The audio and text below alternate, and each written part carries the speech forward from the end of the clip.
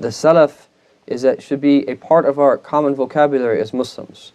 And that literally Salafa means to come before. But as a technical term, when we speak of the Salaf, that we speak of the early generation of the companions, the tabi'een and the tabi'een. And it could be in certain contexts used for early people. And in very specific contexts, in some scholar traditions, the Salaf are referred to anyone that came before the present time. So it depends upon what we mean by the term, but in general, is that part of our deen is to love the Salaf, to love the people that came before us. That this is from Iman, and that it's actually that very dangerous to start having a bad opinion of people that came before us, or to be so affected by the modern world such that we think that, you know, the reality that we live is so much different than the reality that they lived, is that there is no guidance that could be bequeathed to us from these earlier generations because of the time in which we live. And that this is a knot of nonsense, is that there are numerous parallels between what they were going through in their time and what we are going through in our time. And in many ways, as Shaykh Walid pointed out, is that their time was more difficult than our time. Their time in many ways was more difficult than our time. That if you look at something like the Mongol invasion, imagine living in Central Asia during the Mongol invasion. Imagine living in Central Asia in the Mongol invasion, when they would invade the towns, they would rape the women, kill all of the men, and literally stack skulls up of dead people. And blood would be flowing in the street, and they would burn everything and spare virtually no one. In many of these places that they stormed through, is that never ever recovered. They're buried in dust to this day because they never ever recovered from the Mongol invasion. This is one of the greatest tribulations, right, in the history of Islam. Right? But what's interesting to note, and we've mentioned this before, but I think it's such an important point, especially in our time, is that a person like Mevlana Rumi, who is one of the greatest poets of Islam, one of the champions of the love of God and an approach to God through love, and his poetry is amazing, that we should read and that we should benefit from, and that his epithet being referred to as a Rumi, that Jalaluddin the Roman, stems from that his being buried ultimately in the Anatolian Peninsula in Turkey, in the city, excuse me, that Sayyidina Mawlana, he's from Balkh though, and that area of Afghanistan was that known to be a center of Buddhism, that in pre-Islamic times, and Islam spread there that over a period of centuries. But you have a number of factors that led up to Mawlana Jalaluddin Rumi being who he was, and then the unique contribution that he made, that even though he did speak Arabic and he was a great scholar, and his father was a great scholar, is that he was one of the most amazing poets in the Persian language. And that he left Balkh, one of the reasons that he left was because of the news that was reaching him of the Mongol invasion.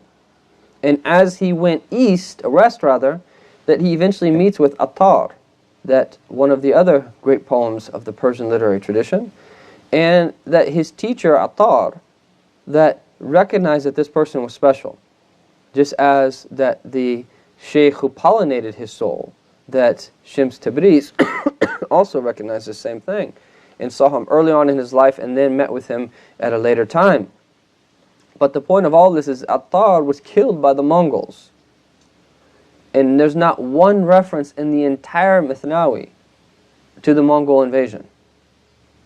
There's not one reference in all of the 1,000 lines of poetry of the Mithnawi of the Mongol invasion. It's inconceivable that he wasn't aware of it. One of his main teachers, and that, you know, someone that he looked up to dearly, that Attar, died at the hands of the Mongols, and they fled west because of the Mongols. This is why they ends up in Konya in Turkey, and that Turkey was also a center, and Konya was a center of Islamic learning at that time and of culture. And you had the students, one of the great students of Shaykh al-Akbar, also there, and that amazing things happening here. But the point here is that he knew what was happening. What was that perspective of that particular individual that allowed him to continue doing what he's doing, and these massacres are taking place that are unprecedented, that nothing that is happening now compares to what was happening then.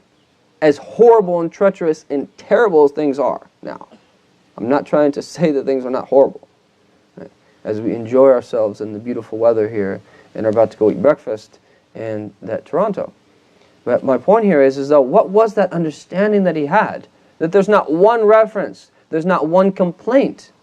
And he still writes the Methnawi. So these people that are complaining that then there's too many teachers here smiling on Facebook because these people, okay, what are we supposed to do? Like frown the whole time?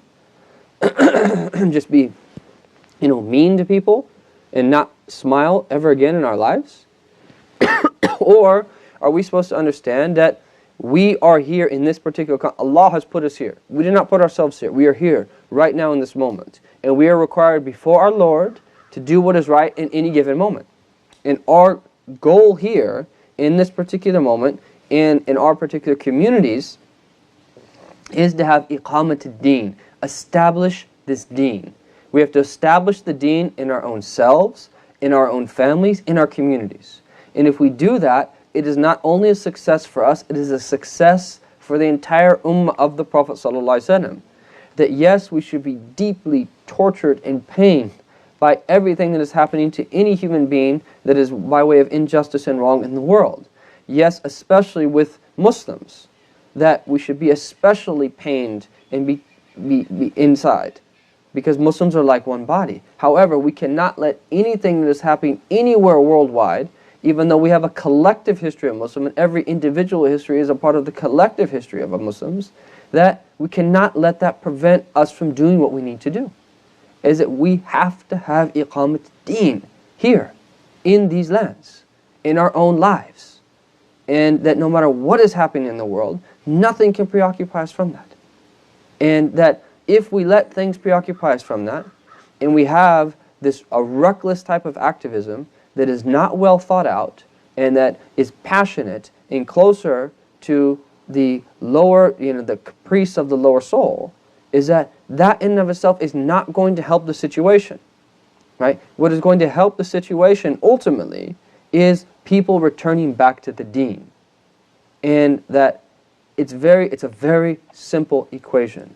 The source of all ibtila and bala, the source of all tribulation for us, is turning away from the teachings of Sayyidina Muhammad bin Abdullah. This is a universal, and in any given time, when Muslims turn back to the deen, Allah Tabaraka wa Ta'ala, He will change their condition. There is no way to change the condition of Muslims in the world without iqamat ad-deen, without establishing the deen. There is no other way. And that part of the reason that we are in the situation that we're in collectively is because people have turned away from Islam. And they've turned away from this deen. This is the source of our honor, and this is the source of our success in the dunya and the akhirah. And without that understanding, there is no victory. No matter how involved we are in politics, no matter how many activist tendencies that we have, unless all of that is coupled with this understanding, that it's going to be of very, very little benefit, and if we don't have the right intentions, it's going to make things worse. And we have to understand this.